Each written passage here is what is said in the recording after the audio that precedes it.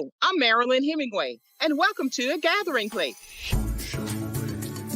I said, I'm stepping back because we have young voices who want to be heard and they're moving on something. Branding is really important to you and your business. Even a basic type of technology, you learn it all. And people are Good question.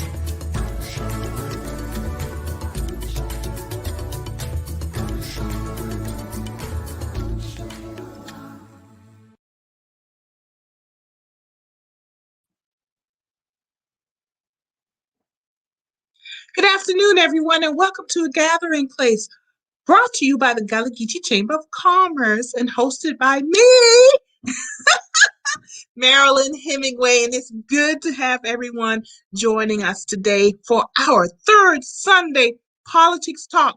This is when we get into politics, and I bring my co-hosts in and who have a wealth of knowledge and experience in politics, and they're younger than me, so that's good too.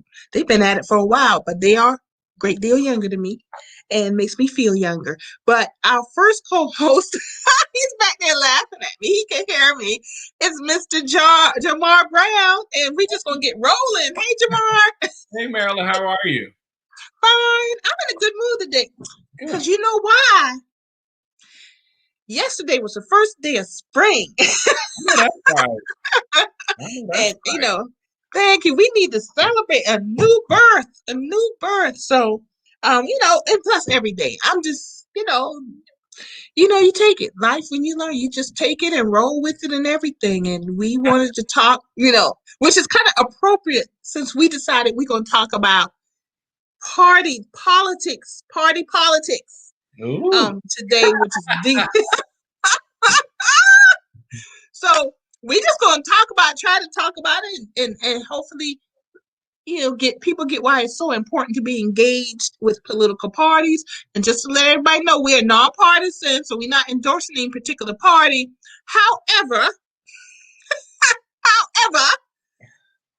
one party is operating has a party right now, and another party is operating has a cult and a cabal of personality.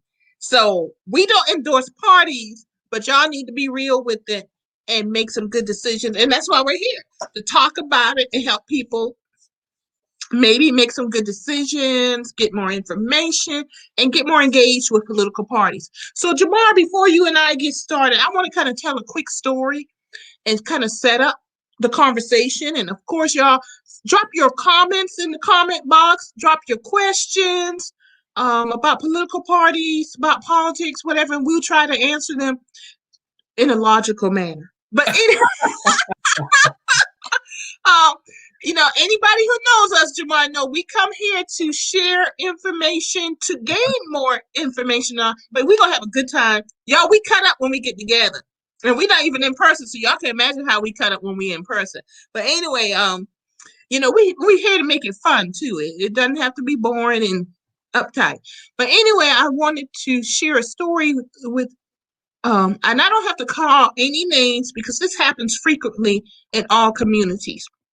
But prior to the November 3rd election here in Georgetown, where I live, Georgetown County, South Carolina, the party was getting together to get organized for GOTV, etc. Now, I know, because I am second vice chair of the county Democratic Party, I know what the party is doing. And what I do know is work is being done. Even as we speak, work is being done. Mm-hmm. But we had a conversation. We called a Zoom meeting to get our coordinated campaign up and running.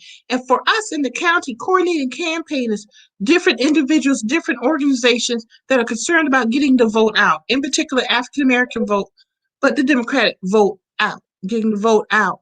And one young African-American person brought up, and the party people are involved with this and everything, right? And asked me to kind of lead it. So I did. But one African-American person said, well, I just don't know what the party is doing. I don't, kind of called up the party. I am not saying that the Democratic Party is perfect. It's not, especially you and I know that, Jamarr. But when I know that they're doing the work, Right. and they are, that it was a bit disturbing. And what was even more disturbing is that was brought up as in you need more outreach in the African American community. And I know in our county, in particular, I'm going to just say this because we're going to talk about it this hour. White women are carrying the load of the Georgetown County Democratic Party right now. Right? Blacks need to show up more. White women are knocking on doors. Yes, blacks knock on doors, continue to knock on doors, have done it in the past, but it gives this as an illustration that when we talk about what Stacey Abrams has done in Georgia, we got to show up and not just complain. But in this context, and I'm just talking Georgetown County, this young woman said, well, where's the party? Well, the party's out there actually doing the work. I know they are. It benefits me. It does not benefit me to lie about this. I know the party's doing the work. Then that was our first meeting. Then we had meetings after that. That young lady did not come back to any of the other meetings. So if you're going to complain, y'all, you just cannot complain if you see there is a problem. We've got to show up and get the work and correct the problem that you think you see. That's one reason why we need to be engaged with the political parties, because there are being decisions that are being made within parties as they set up their platforms, policies, and issues that decide, one, who's going to run for office, two, what policies and issues they're going to push. So it's not just about voting. We have to be engaged in the party to start affecting the change that we seek. And I see Brandon's coming.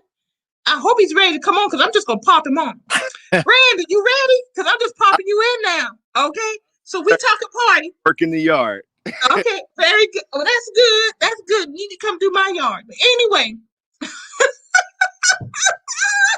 y'all working my yard, but that's episode number 2 in April. Okay, Marilyn working in her yard. But anyway, we were talking about being engaged with the party, Brandon, and I was giving an example of a young lady when we were organizing our coordinated campaign in Georgetown County, how a young African American said, well, where's the party? I don't see the party. But I know the party has been working and doing the party. Yes, it could be better. Absolutely. It could be better. I'm not denying it, but the party's doing the work, and they're doing the work, okay? Raising the money to help candidates. The issue I had is the meetings after that we had for the coordinated campaign, GOTV, doing the work for November 3rd. I never saw her again. And it was hard to get blacks out. I'm just laying it out there, folks, because this is why we're having this conversation. It is why it is so important you need to be engaged in the party. It's because that's where candidates come out of in general. And that's where policies and issues come out of. Policies and issues where they can be impacted because parties are organized. They might not be organized in the best way, but that's why you need to get engaged and show up so you can help where they have their issues. So I'm glad that Jamarr and Brendan are here because they've been in the party a while doing the work. So Jamarr, go ahead. I set it up, whatever. Go ahead and share with us on what you need to say. And then Brandon, I want you to jump into, of course. Jamarr. Sure. Well, one of the things, thank you, Marilyn. Good to see y'all. One of the things I think that's important yes, that's right. And probably across the three of us, we have many successes and victories, but we also probably have many battle wounds. In the Democratic Party, things probably that we'll talk about off camera. But one of the things I think that's ultimately important is, this country, we've seen historically in this country, a two-party system, right? That we know the Democratic Party and the Republican Party. And we've seen different iterations of both of those parties over the course of history as well, especially around defining moments. It could be the civil rights movement. It could be the women's rights movement. It could be the immigrant rights movement. Obviously, now we're talking about racial justice and combating systemic racism, etc. And we're seeing where folks particularly stand. And so one of the things I think that's ultimately very important as part of this two-party system is you can select for yourself based on your views which party you want to be involved in. But our parties are the similar way that we talk about our democracy as a whole. That our party, yes, Joan, that our party is, what we make it. How we show up in the party also is how we show up in our communities. And one of the things I share here in the Texas Democratic Party, and I'm the former vice chair of the South Carolina Democratic Party and serve on the DNC, and I tell people all the time, in the party is, this is our opportunity to build political and governing power. This is our opportunity to not only get people elected, but this is our opportunity that we should be organizing 365 days a year. That we have to know the difference in a political party that, yes, there are campaigns, yes, there are candidates, yes, there are elections, right, in peak moments in the party. But what we also have to acknowledge and recognize is that this organizing needs to continue to happen. One of the things I always say in the party is, don't just wait until, the old saying, we come in September, October with a fish fry and a Coke and a piece of bread and tell people to come vote for us. That the party should be, and I gave the suggestion now, that the party should just be calling people and checking on people. And so, for example, we just had the Texas winter storm that pretty much 85% of the state was in the dark. And one of the things that we partnered with our local Democratic Party on is we did wellness checks. So not your typical phone banks where it's like, hey, vote for this person. Are you planning to vote for this person? When are you showing up to go vote? It's saying, we know this storm just happened. How are you doing? How is your family doing? And if you need some food and water and supplies, this is where you can go. And so the party can be what we make it. It doesn't have to be this ultra political thing that just happens in elections, when you get all those phone calls, when you get all those knocks on your door, when you get all those texts. Those things have to still happen. But the party can start showing up for people. And that's one of the things that, I talk about also. Don't just show up for me in the election. Show up for me in my life and meet me where I am. Because that's how you move people to getting involved in politics, whether that be running for office or voting or working on campaigns, registering voters, whatever that action is. And then that's how you build your political base and also your governing power. And so I think that's how we have to look at the party, is how do we build political and governing power? And I use those words very clearly because we saw that happen, for example, in Georgia, right? Where, we saw the organizing that happened in Georgia, and that's how y'all got your stimulus package.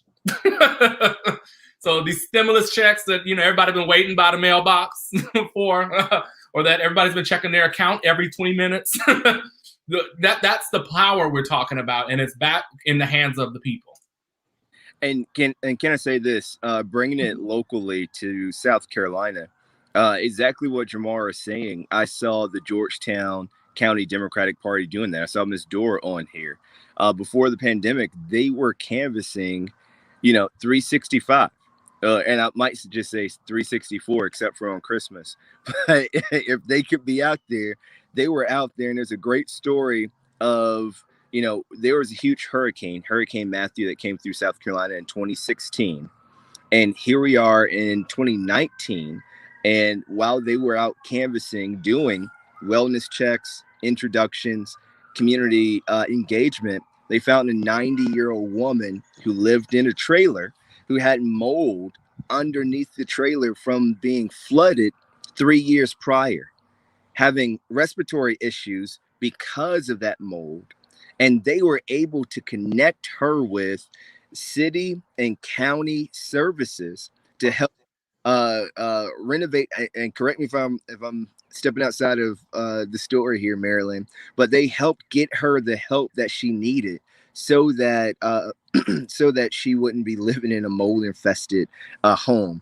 That is what I see the party's role for us, not just during elections, but what happens in between those elections. What policy are we implementing both inside of the party to make it more inclusive, to make it more efficient?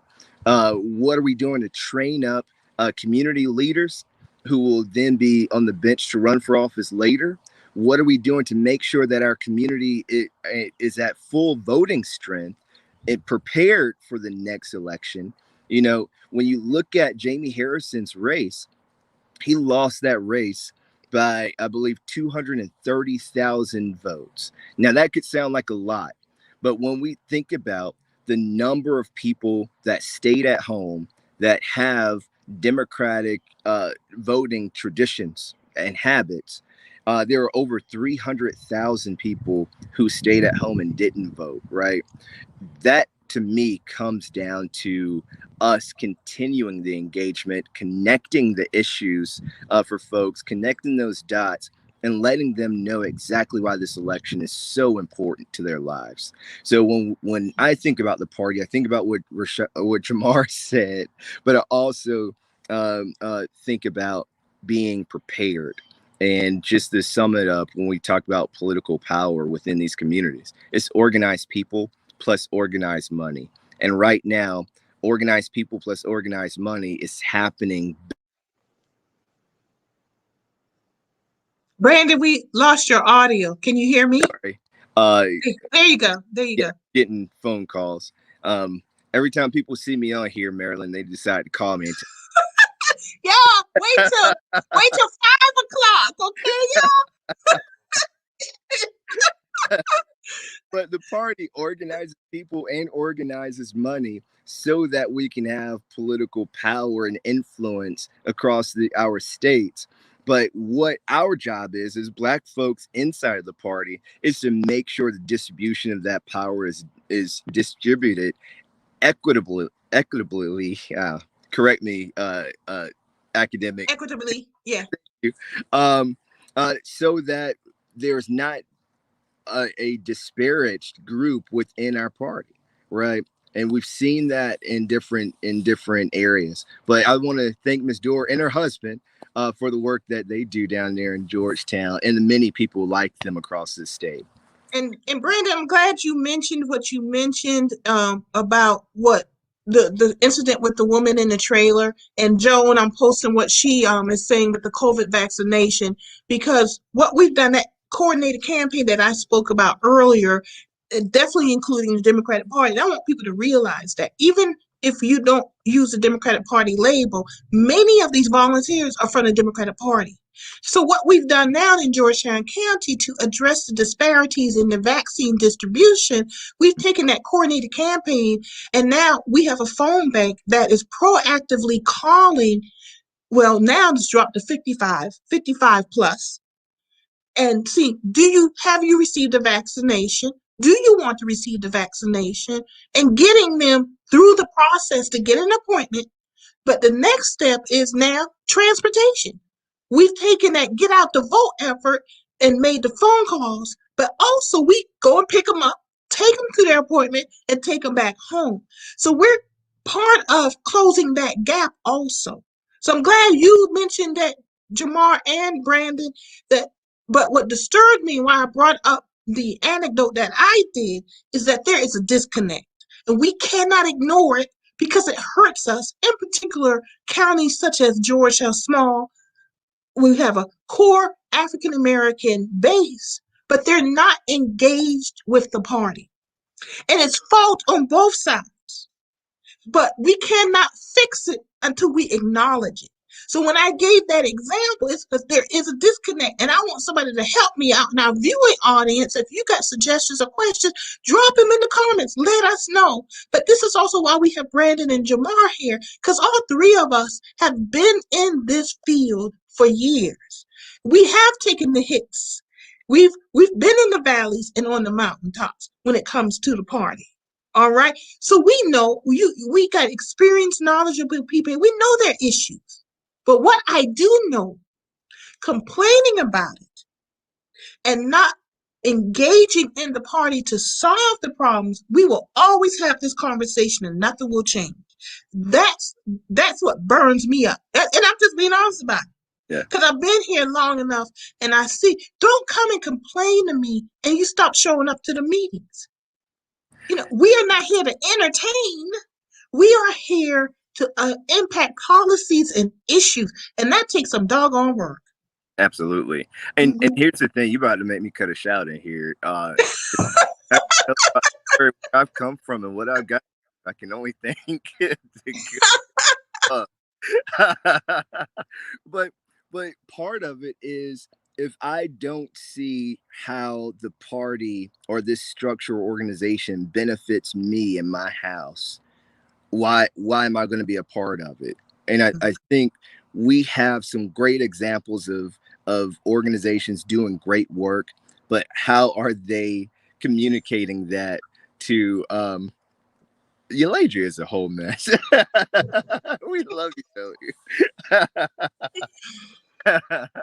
but how is it helping me? And we have to take part of it on our shoulders about how do we communicate the work that we're doing and those successes, because unfortunately we know folks want to be a part of something that's doing something and succeeding at the work that they're doing. So we have to be able to communicate that as well, so that we get people involved and keep them involved. And we've seen this before where folks inside of groups, that new young person comes in and then they get a little intimidated by their presence and they kind of push them out of the circle. We need to be mindful in not doing that as well. And if I can add to that, because I was going down that same path, to your point, Marilyn, talking about the acknowledgement is a huge piece, that's very important, of that, because you have a lot of people, like we said, all of us have been through the South Carolina Democratic Party and we have our opinions, it is what it is. But one of the things I think we have to acknowledge about the Democratic Party, and I say this all the time, they have to stop being threatened by the same people that need to show up for them. And what I mean by that is, to the point of what Brandon is saying, it's, they base a lot of, the Democratic Party will base in many states like South Carolina, North Carolina, Texas, those sorts of places. They will base their entire strategy on needing Black people to show up, but not make the party inclusive of the very people that they need to show up. And that's what I mean when you say, you can't make me the base of the party and be threatened by the same base, right? That's the point of being a base of a party, right? Brandon is talking about when people get intimidated. I have stories for days. And then on the other side, on our side, to your point, Marilyn, right? There's two sides to this coin, right? Is not only how do we show up, right? And there's a question in the chat about segments and different things, and we'll probably get into that later, right? But it's also about us as Black people knowing our political power and knowing how to demonstrate that and when to leverage that when we do show up, whether it's the NAACP, whether it's the Urban League, whether it's the Democratic Party, whatever. We have demonstrated in this country through winning the elections in Georgia, through fighting for the Voting Rights Act that everyone is now fighting to protect, through 2020 elections, through everything before that. We have shown Black people, we have shown our power, and we have to continue to do that over and over again. One of the things that I said on Twitter, everyone was, we need to thank Black voters. We need to thank Black women. And everybody's on this tip, about thanking us, acknowledge us, and then also recognize that there are resources that are required to engage Black people. And you don't win one election with Black people and think that you got them in the bag. And that the engagement has to be consistent on both fronts. And so I think that those are the things that we have to talk about. Don't just engage me when we win the election, and then don't blame me when we lose the election. You have to engage me all throughout the process, whether that be calling for making sure that folks get their vaccination, whether that's doing wellness checks, whether that's registering new voters, whether that's talking about racial justice or voting rights. Obviously in South Carolina, you all just had the fetal bill, right? That reproductive justice is important to Black people. And so I think part of it is, how do we show up in the party and demonstrate and leverage our power from the beginning about the issues and things that are important on our kitchen table? But then on the flip side of the political power, how do we make sure that we show our power, not just in a way to not make people intimidated, but to say, if you want us to drive the strategy and drive the numbers for the party, then show us that's what you want to do. And that means consistent engagement. That means resources. That means jobs. That means contract opportunities. And no longer can Black people continue to support the Democratic Party without a return on our investment. And the return on our investment are all the things I just listed, plus some that I might have forgot. And so I think that that's what we have to operate as when we go into these political spaces as Black people. We're leveraging and demonstrating our power, and there will be a return on our investment. I agree. And how we operate within the party it's going to be how we operate as a government. So if you ain't operating your party the way it needs to be operated, how can I trust you to run the government? And the flip side of that is if you don't show up and become engaged with the party, you're not going to be truly engaged with the government. And you can actually see, and what do I mean by that? Going beyond voting. We need folks to show up, city council, county council, school board meetings, and be informed, and then bring back the news, not only to the party, but to the community. Same thing with the party. If you don't come to the party to know what's going on, and if the party doesn't engage you and bring you to the meetings, you can't go back to the households and the community and let them know what's going on. And that lends itself to how you develop policies and issues. So we all got to be at the table. You know, when I started the Gotta Get Your Chamber of Commerce, and I tell people I'm not starting the chamber for a seat at the table.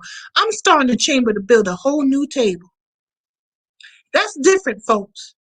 And that's going to force you to come to me and engage me, because I'm bringing resources and you bringing resources too. And I think it was one of you, Jamarr, Brandon, I can't remember, somebody said we got to have the tables in the house, many tables in the house.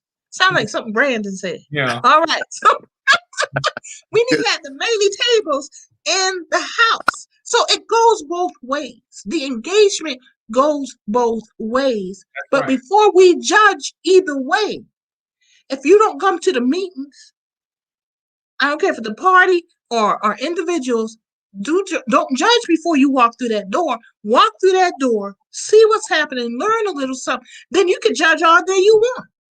All right? But so there needs to be a new table on both sides of this equation.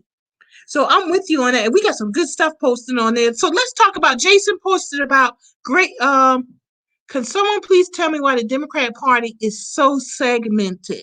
And I did ask him to kind of clarify that for us. So his second posting is, divide is simply this: upstate Dems, which are largely ignored, the Midlands Dems, who are very active, and the low country Dems, who have the pull and are prominent in this state. This party needs to stand together, not just at state conventions.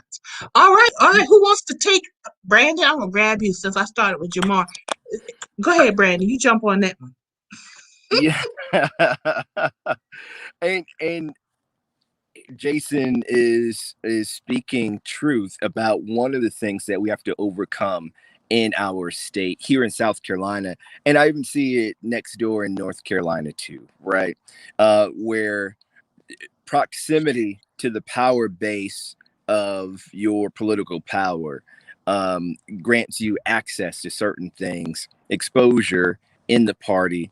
And I don't really believe that, and that's a different lived experience, but the upstate, especially Spartanburg, Greenville, have a very powerful place in our state party. You know, 38% of the Democratic dollars that come into campaigns, especially statewide campaigns across the state, come from those two counties. 38%. That's a whole lot of money. You know, there's just old factions that still live in Richland County and Charleston County. But if we want to truly bridge that divide, it's up to us. It is literally up to us. And this year here, we have some inside of the party, some very important elections that's taking place. If you see a problem, run and become a part of it so that you can fix it. In 2 years, we got other roles inside of our counties, right? Be a part of the solution, identify it, and bring the solutions to it. Because that's the only way we're going to do it. And the last thing I say is, you know, networking across the state is important. You know, I might be in Georgetown today, I'll be in Charleston tomorrow, Richland County the next day. It's important for us to step outside of our counties and work with and alongside folks and allies in other counties. And that also helps so that we're not living in silos until the state convention. So there's a lot to be said about what power we have in uniting our party to address that issue that Jason brought up. Yeah. Very good. Jamarr. Well, if I could make a couple points, you know, I don't live in South Carolina, so I might not get in as much trouble as y'all too. So I'm just gonna go on a limb and just say it, because I believe we should just say the thing. So for me, how I read the question or Jason's response was, there has been, at least in my experience, and probably some of y'all's experience also as well, is, you know, making sure that we do not operate in silos. But it's not just about low country, Midlands, upstate. It's about suburban, rural, right? And, you know, along the coast, etc. And those are different, because we have to acknowledge as those are different issues that are coming up in the party, right? So in the upstate, they're talking about one particular thing. I went to Clemson, so they're talking about one thing, but that's different than how I grew up in Charleston, right? Or when I worked in Columbia. And so we have to also recognize that across all 46 counties, across all regions and types of communities that are in South Carolina, that they all have different issues. But at the core, we have to understand and be very clear about what the values of the Democratic Party are and how that transcends across the state, right? Even if some of our issues are just a little bit different. I think that there's one piece. I think the second piece is political education is important. A lot of people do not know how the party operates, right? They don't know what it means to be on the local executive committee. How do you get on the state executive committee? How do you run for delegate? How do you run for one of the officer positions, right? If you want to be chair of your local party, or you want to be vice chair, or you know, I ran for third vice chair of the South Carolina Democratic Party. I was 20 years old. I had no clue. I was like, Barack Obama won. We need change. and you ran a 46 county campaign. Hey, yes, he did, Brandon. 46 counties. We were there. We were there. That's very clear, is you've got to have a 46 county strategy. So I think that there's a lot of that political education that has got to happen. People do not know the rules of the party. People do not know how they function. And what we see in the media, a lot of times, there's always this kind of thing. A lot of times I had to fight people last year. They're like, the DNC gave Biden the nomination. The DNC can't do that, right?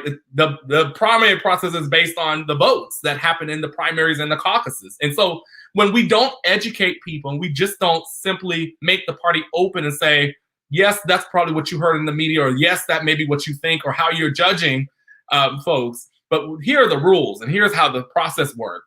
And I don't think that sometimes in the Democratic Party, and I've lived in many states, that we just don't educate people. We just don't flat out tell people what the rules are. And sometimes that breeds for more confusion. And then that confusion breeds for more divisiveness, which then leads us into silos. People don't even know how it operates. So I think that's the second piece. And I think the third piece, as we said, right, when we talk about the 46 counties, that seems to be getting a lot of action in the chat. 46 counties, right? But you can't expect one or two people in the state to go across 46 counties, right? That it's going to take all of us. And so how are we empowering people? How are we mentoring people? How are we elevating people in these counties? Because when I was third vice chair, it was about who was the third vice chair, right? When I met Brandon became the third vice chair of Charleston, right? So I had somebody in Charleston working. We had somebody up in Greenville and different places across the state. And so we've got to understand that you understand and meet people where they are. Try to have as uniform of a system and strategy as possible that people can feed into. And so that 46 county strategy is saying, in a year, we want to accomplish this. In 2 years, we want to accomplish this. In 5 years, 10 years, and so forth, we want to accomplish those things. Now, how are we empowering people in the community to feed into that strategy? And so I believe Jennifer said in the chat that it should be member-led. I agree that it should be member-led. What are we hearing in the state that is coming up? And we can't operate top down and trickle down. We've got to go from bottom up in order to make change, not just in South Carolina, but in states, all across the country. And can I say this real quick? Yes, please do. Jason, I feel the intent behind your messages there. I would love to connect with you. If you can message me, I see you're on Facebook, inbox me. I would love to talk to you and meet with you so that we can work together to bring some of these solutions to the problems that you're identifying. I really and truly believe, especially from working in the southern states that I've been in, including my home state of South Carolina, that we have a lot more power in this system than we give ourselves credit for having, right? And one of the things that Jamarr said and I'm not saying this is Jason, but we don't realize our power sometimes because we don't fully understand. We don't fully Euladria.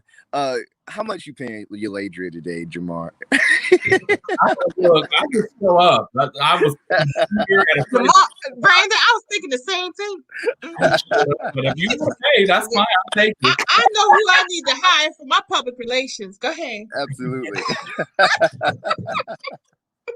Man, but we really have to understand the way the organization works and understand the bylaws, understand the protocol and the process, so that we can use that process to our advantage to get the things done that we want to see. But Jason, if you're out there, inbox me. It's Brandon Upson on Facebook, Twitter, and Instagram. I'd love to connect with you. So can I add something, Marilyn? Yes, please. The point about the issues being different. Yes, I agree with you. We have to make a sincere attempt. And I think a lot of that's the piece I think that you're getting at, Jason, is the sincere attempt. Has that happened? That's not for me to say, right? But I do think that there is a piece that, at least in my experience, I'm speaking for me, not everyone else, but in my experience, there is a piece of isolation, right? That you watch people be isolated out of meetings. You watch people be isolated out of events, out of committees, out of opportunities. And so back to your point about sincere attempt, it is about how do you not just make the party equitable, how do you make it inclusive, in all of those different things. And so I think that's the piece that's got to go there. I think the other piece that's important is really about transparency in your communication.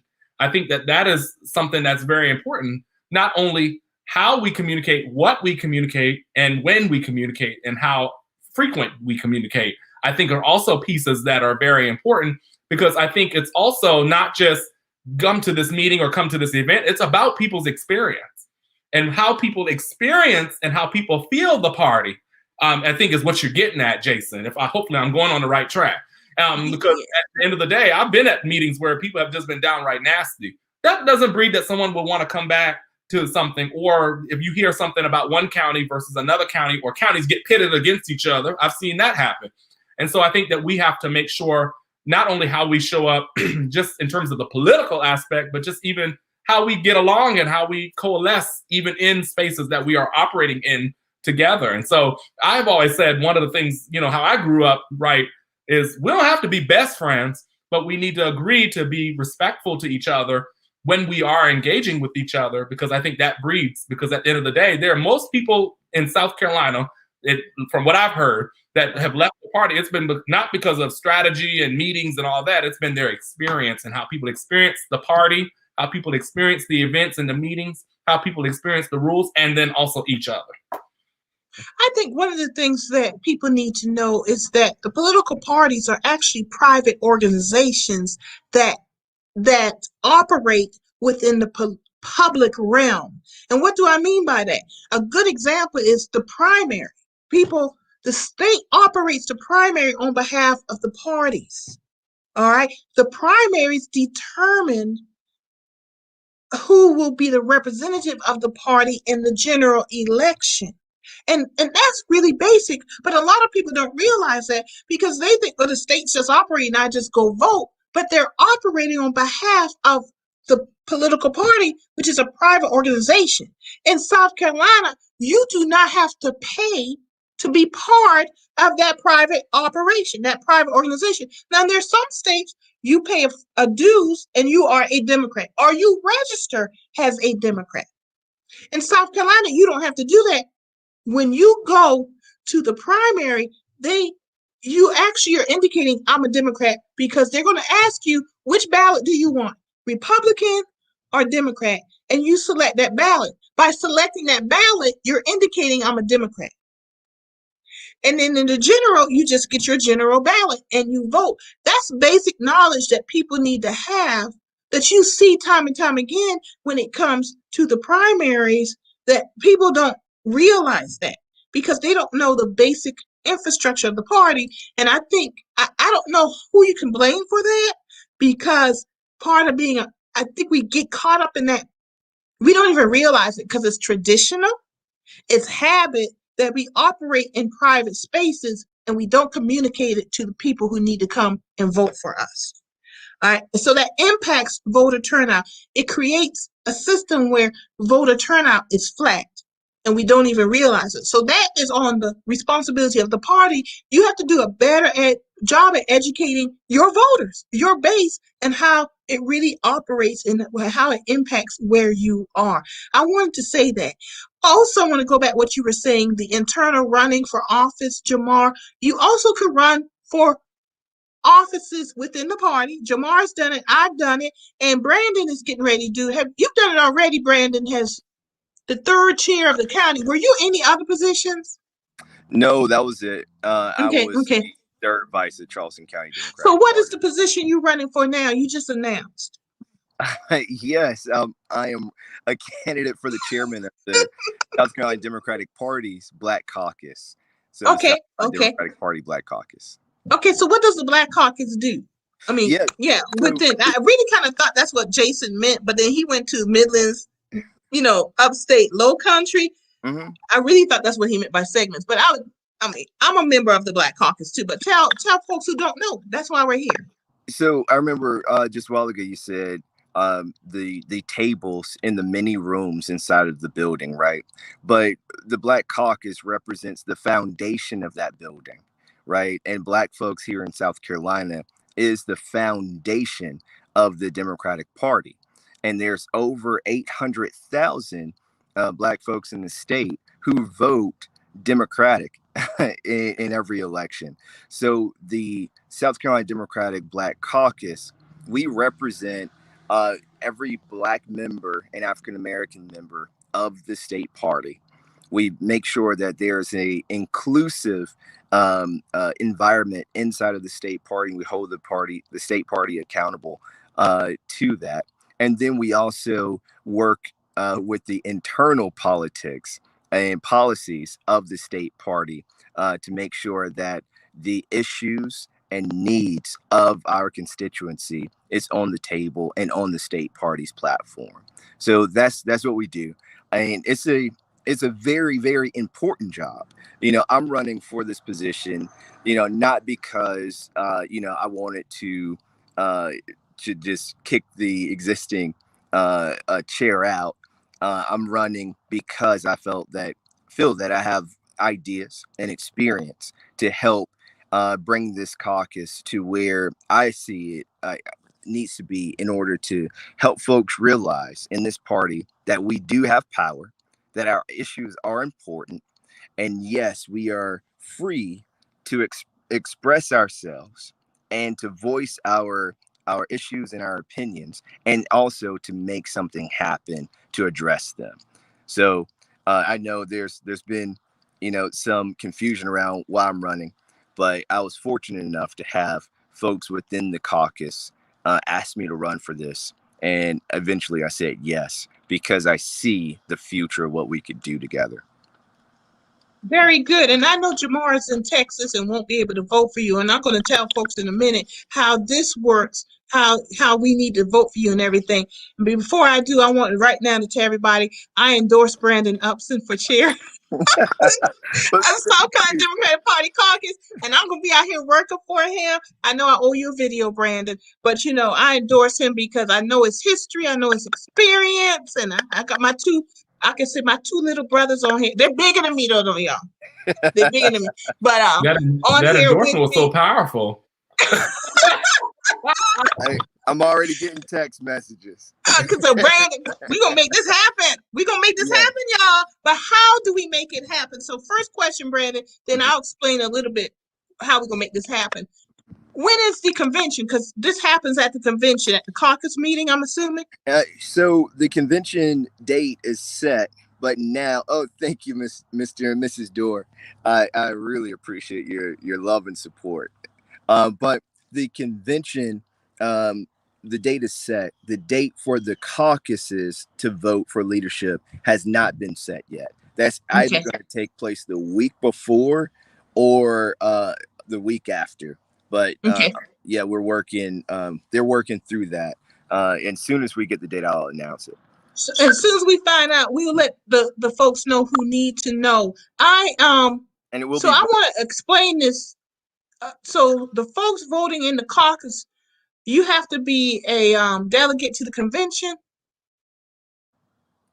Is that how it's gonna work?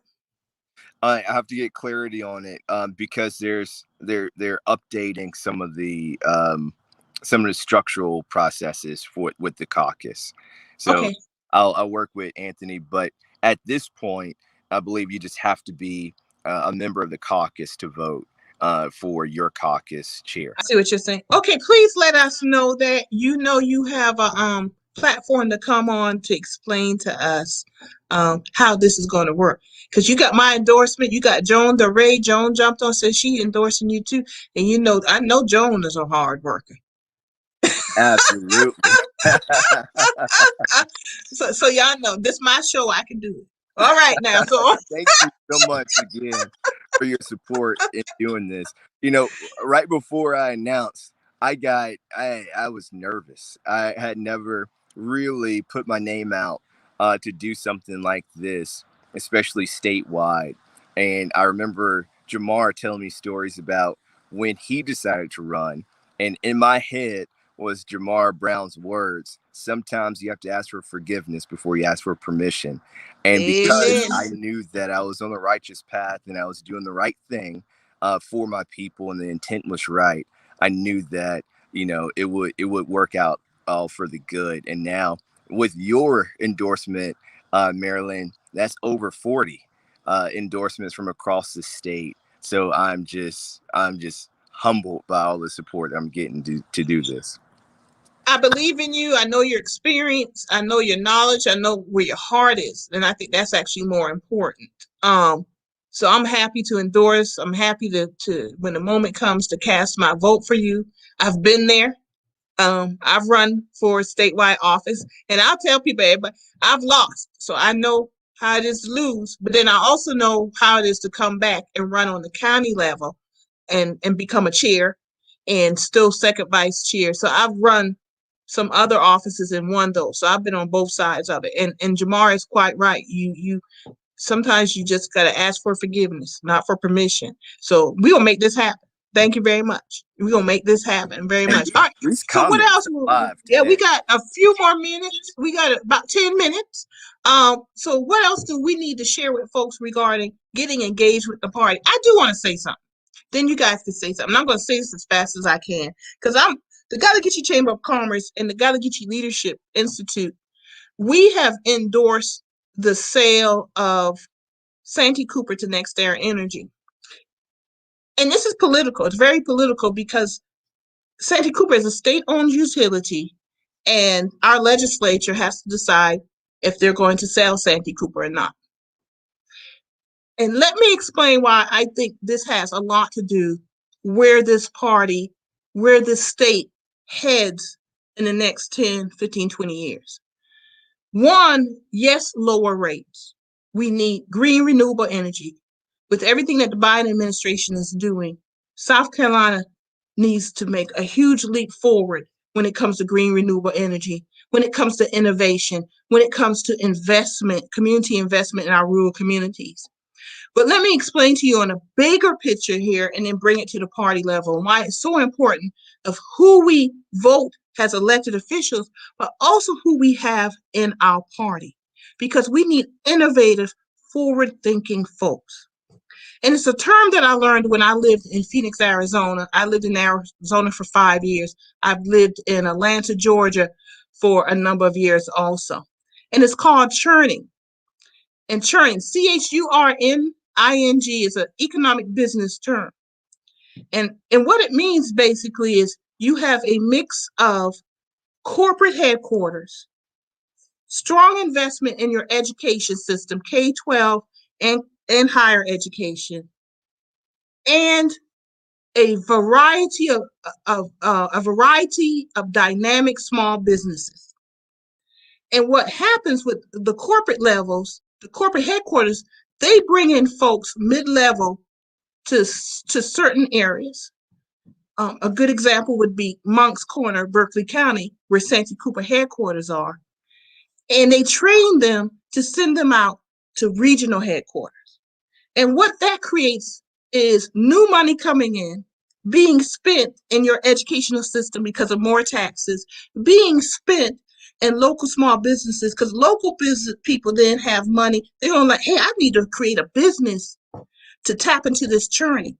So it creates a critical mass of highly educated people coming into your state and bringing their brain power and their money. It creates a critical mass of small business ownership and a critical mass in your education system, because those highly educated folks are going to want to educate their children while they're here. They're going to be willing to invest in your education system, and small business owners are going to need a strong education system also. So churning creates that critical mass of in and out of fresh new money. And you see that in two places, very obvious places: Phoenix, Arizona metropolitan area, which is roughly the size of the state of South Carolina population. You also see it in Atlanta, Georgia metropolitan area, which is roughly the size of the state of South Carolina. I lived in both of these places roughly 15 to 20 years ago for 5 to 7 years each. Went in there, did corporate work, came out, ended up back home. All right. What is the one thing that those two states have in common in 2020? They turned blue. So we focus on Stacey Abrams and the work that she did, but it took Stacey Abrams 12 to 15 years. And one of the things that Stacey Abrams recognized is that churning effect. More diversity of education coming into the state, more diversity of people coming into state, small businesses being created, and more people getting educated within the state because of that investment in her education system. She recognized that and decided to get the work politically. The same thing happened in Arizona. We don't hear about one person in Arizona, but you hear about the Native American tribes. You hear about the Hispanic American organizations that did the same thing that Stacey Abrams did. But the foundation was that churning. How do we create that in South Carolina? You need to make sure you elect people who are innovative, who can see the big picture and have a vision for your state, not only for today, but for 10, 15, 20 years down the road. South Carolina can go blue. Not next election cycle. We're going to be real here. It could go blue if, as a state, we create that churning effect. If we bring in a corporation like a NextEra Energy that's innovative and can invest in rural areas. That is why the Gallagher Chamber of Commerce endorsed it, because we realize that this will impact political parties, because more people will come in who want to be engaged in those political parties, who have knowledge that we don't have right now in South Carolina, but by coming to South Carolina, they can create that.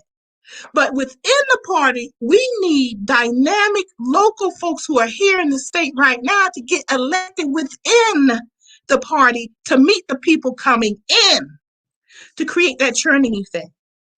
So if we want to be a Georgia, if we want to be an Arizona, we've got to create that churning effect. And we have the opportunity to do that, folks. When you elect people like a Brandon in the state political party that have the vision and the knowledge to make that happen. When we look at our elected officials and see how they decide they're going to elect work for us, and I don't care if they're black or white, if they're not doing right by the community, if they're not getting enough knowledge and educating us, they need to go. They need to go. And we have an opportunity right now, folks, with NextEra Energy and Santee Cooper to create that churning effect. But you need to call your elected officials and let them know how they need to vote. You really do. You need to call your senators right now and say, we need you to vote this way. And then you need to become engaged within the political party and make sure you elect people within the party that have that vision, that have the knowledge and will take action to make that happen. And I just wanted to lay that out here because in South Carolina, we don't think that way. South Carolina is status quo driven. It's a patriarchal state. We believe in top down. Top down has never worked. And until we create that churning effect, South Carolina will remain a red state because they don't want you to have that knowledge. They don't want to bring in that mix of churning because it allows them to keep power. And I just wanted to put that out there. I mean, any thoughts? I know I see Jamarr and Brandon thinking real hard. Go ahead, Jamarr. No, I think you bring up really. I appreciate you talking about the church. Because you and I've talked about this before, and as long as both of us have been active. One of the things I think that's important. It goes back to what we were saying earlier about the transition in transparency. In communication. One of the things that I preach all the time is about how do we manage expectations, knowing that change is ever constant. Right? That we're always working, over every day, every week, every month, every election cycle to create change. And so we've also got to say, how do we infuse the party with people who have the foresight, right? As you were saying, have the vision that can look past tomorrow and really say, where do we need to be? And then how do I position the resources and how do I mentor and position the people, right, in order to do that work? One of the things I want to also stress to people that part of being involved in politics, but specifically the political parties, is you've got to know how to manage expectations with people. So like you were saying, Stacey Abrams, it took 12 to 15 years, right? I mean, most of us are not going to wait 12, 15 years. I mean, that's just, if you ask somebody, if I'm going to write you a check, I'll send it to you in 15 years. Most people are going to be like, no, give me my check now. And so what we also have to, recognize and understand is, that is how democracy is built. It's built over time with, right now, two parties, maybe some third parties are coming up as we see, but, with the two-party system. So, for example, when I got to Texas in 2014, it's been such a while, the Democrats were down in the Texas House by 22 seats. That's a lot when it comes to different bills, that are coming, when it comes to doing the state budget, when it comes to leadership positions, even within the chambers. And over time that we've worked together, in coalition, we're down to 9. And that's the 2 or 3 election cycles, right? So each cycle, you pick up seats, right? And so that's how we built our plan. We looked at 7 to 10 years is how we did ours when I worked at Planned Parenthood, right? And so like you were saying, you've got to have that vision, but you've also got to manage expectations. And we've got to stop telling people that change is coming tomorrow. We've got to stop telling them that change is coming next week. Because change comes in how we orient our communities, how we position ourselves, how we reallocate money and resources in order to do that work. And so one of the things that we just got on about a bunch of people in a bunch of post-mortem discussions, y'all need to just stop saying Texas is going to be blue tomorrow. It's not that we don't believe it's going to turn blue, but it's about managing expectations. Because one of the things you've got to recognize in the party, 90% of those positions are volunteer. Right? These are folks that have families. These are folks that run businesses. Most of us who are holding Democratic Party seats, most of us are not paid in these seats, right? And people have jobs and businesses and families and other interests to take care of. And so you're in a point where you've got to also manage that expectation to show people, here's our path forward. Here's your place and your kind of involvement in that scope of work and being able to do that and manage. So I had to stress, in addition to the churning, about how do you now when you bring new people into the party or new people that have come into the state, how do you manage those expectations for people? Because if somebody moved from Seattle and they moved to Charleston, those are two different political environments. And that's just honest. I also think the other piece is back to what we were saying earlier about the party being open. One of the things that you have to do is be open to these new ideas. It's one thing to say we're going to churn and bring new people and bring new ideas. It's another thing to be open to them without fear that you're going to lose power or that there's something for you to lose for the party to get better. Because why would you not want the party to get better, right? And so there are people, and I'm just going to say it, there are people who think that they're in the position that they're in, whether paid or not, and they think that everything needs to go through them, and they think that, it's only going to change because of my ideas and things of that nature. And unfortunately, sometimes that's not the reality. And so to Brandon's point earlier about intimidation, it's not about taking your position. It's about saying our communities deserve better. Our voters deserve better. And this is what the Democratic Party has to do. One of the things I said on a panel, I remember saying it 10 years ago. Marilyn, I don't know if you remember this. I said, South Carolina will not change until the Democratic Party changes. And that is true, you all. You saw Georgia. The party has to change, and we have to get involved in the party to make the change. We can't wait for it to change. We've got to go in there and make the change. And if people get intimidated, like I said earlier, they'll forgive us 20 years down the line when the state is blue. They'll be all right. And we've got to learn, Jennifer said, we just got to learn that people are going to be okay, right?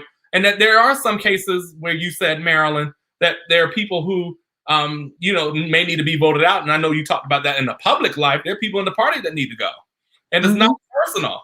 It's about the party. It's about the vision. It's about moving forward in a constant way, as Jason said. And at the end of the day, we cannot put people's personal political interests in terms of the party apparatus above the actual party itself. And so I think those are some huge things that we have to start looking at. And so those are more personal dynamics, but I know that those personal dynamics show up in power because there are a lot of people who utilize the party for their own power and will hold other people back to hold their own power. And the thing that I'll say, and I'll pass it to Brandon, is you should not be afraid to lose power if you're doing what you're supposed to do in the first place. Yes, Brandon.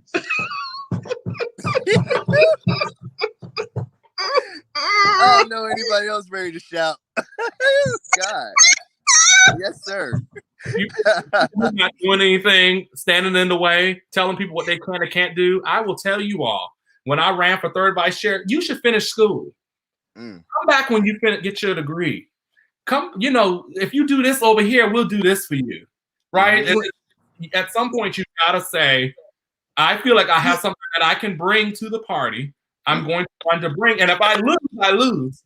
But ultimately, at the end of the day, I am allowed to run for these positions. And I think that folks also have to think about this too, because sometimes people don't understand how the party functions. They don't think that they can do it, right? And so you've got to understand. And for me, my start was running for third vice chair of the state. Your start might be a precinct chair or something else now. But I think ultimately at the end of the day, you have to say, what am I passionate about? What do I bring to the table? What do I know? And how do I get started? And I think that's going to be the piece, is helping encourage folks to get started. So I know I just went on another tangent, but I just want to. Jamarr and Brandon, I'm going to let you say your thing. I think what people need to remember is whether it's a party position or an elected position, it all belongs to the people. And too many of us get in these positions and they think the seat is theirs. The seat is not yours. It's the people's seat. You are doing this for the community. And ultimately, you may have the vision, you may have the idea, but it's the people who hand you the seat by voting for you. So you need to answer to the people. And all too often, people forget that. But if you remember that every decision that you make, you're going to make the right decision. If you remember, I'm here for the people. And I think that's what Brandon, anyone running for office, I'm telling you now, Brandon, I think you're the person who has the people in mind. And that's one of the reasons I'm supporting you. But the minute you forget that, I'll tell you first. I'll tell you a couple times. I tell you 3 times. I know you, I like you, so I'll tell you 3 times. I wouldn't expect anything less. I'll give you 3. But after that, you're going to have to go 2. But, but go ahead, Brandon. And I do one more thing before Brandon. Expectations, Jamarr, I'm glad you said that. And I did mention that deliberately because I hear people after November 3rd, we got to do what Stacey Abrams did. Stacey, it took her 12 to 15 years. Then before that, it's beyond politics. And that's why we got to get knowledge, not just party knowledge, but knowledge beyond the party, economic knowledge, environmental knowledge, civil rights knowledge, voter rights knowledge, above and beyond the party. The party is the vehicle, but the knowledge is all out there. All right. To understand the bigger picture of this, that that puts all of this together. This is a long haul. This ain't just talking change. You got to walk to change. You got to do the work. Go ahead, Brandon. We're going to wrap it up with you, Brandon, today. So I'm not even going to try to follow y'all up. I just got something else to say because y'all said it all. I need you, if y'all are watching this, go back to 55 minutes in to now and cut that and run that on repeat constantly because that is the truth. I what I've seen, and part of what Jamarr said that touched me in a special way are some of the folks who are saying, well, why are you even doing this? Just wait your turn. I've literally heard wait your turn. Don't you already have something else going on? Why you want to do this too? Right. So we hear all those things. And when someone new steps up to say, I have what I believe is the right experience to serve the greatest good for our people, you start having all this pushback. And I just want to use this platform that Marilyn provided us to shout out some of those candidates and some of those elected officials that are doing the work despite of all the things that folks say. And one of the elected officials who is doing amazing work is Crystal Matthews out of the Charleston area. She speaks it. I say she's one serious mother down there. She is really doing the work. But Donald Gilliard announced that he's running for city council. We need to get behind him. LaShonda Neesmith Jackson running for city council in Florence, South Carolina. We got Nicola Hemphill, who's running for mayor of Winsboro. And then we got Mr. Richard Smith, who's running for mayor of North Augusta, South Carolina. These are all folks who I know people have said, wait a minute, wait your turn. Why are you running? But they are exactly why. There's a perfect example of what we need to do differently if we are going to move forward and get our balls rolling in the same direction of an Arizona or North Carolina or Georgia. What Newt Gingrich did in the 90s to set the Republican Party up to be the party it is today, saying all politics is local and investing in school board, city council, mayor, county council races, and raising those people up who are now Congress members, U.S. senators, judges. We have to get to work. We have to support folks who are willing to get out there and be leaders, and we have to give them the knowledge, the accountability.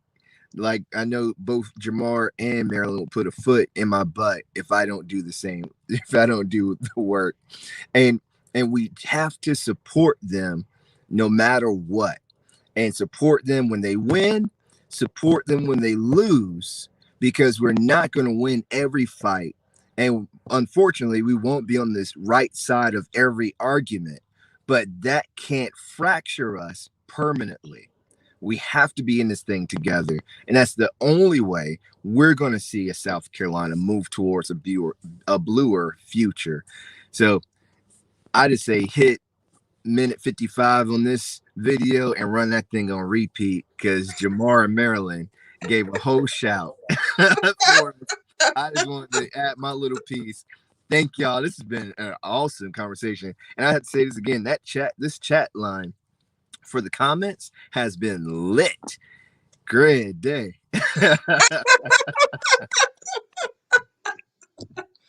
Y'all, it's always good on every third Sunday to bring y'all in and talk politics, and we do bring in guests. So if anybody, y'all want to come on and with us live and chat with us, we're happy to do it. Yes, the chat's been blowing up here on what I can see on my end too.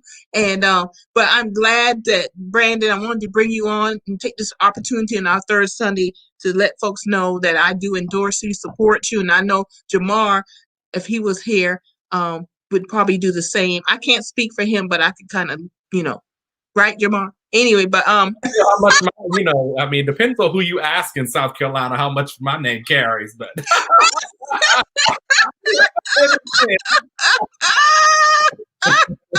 but there's your public relations person is speaking for you, and yeah.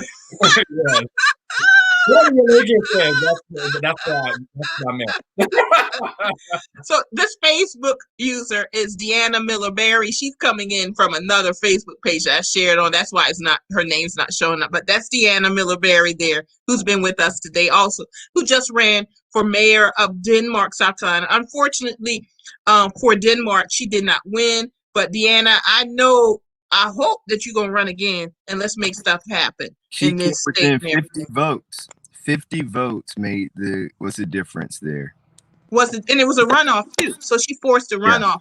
Yeah. And that's a change too. And that's a whole nother show. We're gonna talk about how by losing you can also win. That's something we need to talk about, y'all, our next show. You can lose and still win. That's a sermon. Mm-hmm. That's something I wanted to share too, as we wrap up. I know we are over time, but one of the things I think that's important, all wins don't mean you hold the position. Sometimes engagement is the win. And that's one thing I've tried to share a lesson in Texas and other campaigns and things that I've worked on, especially sometimes, Jennifer put up the information about the makeup of the South Carolina legislature. We know that in Texas, it's very similar in a lot of ways, where a lot of times, when certain bills come or you fight in certain bills, you already know what's going to happen, right? In a lot of cases. And one of the things is we've also got to understand that it's not only just about positions and winning elections. It's also about how do you engage your community. And coming within 50 votes and engaging people who may or may have not have ever voted before, that is a win. And so we've also got to show people part of managing expectations is saying, where else do we win, right? Those are new voters that are in Denmark. Those are new people that are engaged, right? And so I think those are places and things that you have to look at. And so next time she runs, then she has a good place to start. And then also for those of you who are looking in the party, right, that we've had our wins and our losses on the screen, right, in campaigns and in the party. But one of the things, too, that's important is even me as a Black college student daring to run is a win, right? Saying that, yes, I'm going to step up and do this is a win in itself, because a lot of times it's not the norm. And so we've got to go from the unknown and the first to making it the norm that Black people are stepping up in different political spaces. So don't just focus on the position, but also focus on how are you engaging your community, because you can win there too. That's right. That's right. Brandon, any last words? And then we'll wrap it up. Good show today. Excellent. It's always good. My politics talk show. Go ahead. No, this is awesome. This is awesome. I'll just leave with what I said earlier. We have to be invested in each other. And I'm glad that's a part of my shirt that you can see. Invest. We have to be willing to invest in each other, support each other through the ups and the downs, the good and the bad, so that we can get to the tomorrow that we want to see. That's the only way we're going to do this, y'all. If we're splintered and fractured and infighting and all this other mess, we'll never be able to create the foundation that's going to be needed to make the change that we deserve. So that's all I got to say. And I'll keep y'all updated on what happens with the caucus elections. Please do. We appreciate that. Keep us informed, Brandon. Jamarr, keep us informed what's going on in Texas and everything. And I know you always planning stuff and stuff happening. But I'll talk to you offline, Jamarr, because we got to do some training stuff and everything too. But that's a whole nother conversation offline. Everybody, I want to thank Jamarr Brown and Brandon Upson for joining me today on Politics Talk on a Gathering Place. Every third Sunday, y'all, come on back and join us. This Wednesday we have coming up, we're going to be talking about public health, vaccines, the disparities in healthcare with St. James Health and Wellness every fourth Wednesday of the month, I believe. We're going to do public health conversation. So this Wednesday, y'all come on back at 4:00. Let's dive deep into public health. This is something else to help our community and educate our community. Jamarr, thank you. Brandon, thank you. Enjoyed it. Been a great show, y'all. I'll see you next time. Good night, everyone. Take care, everyone. Bye-bye.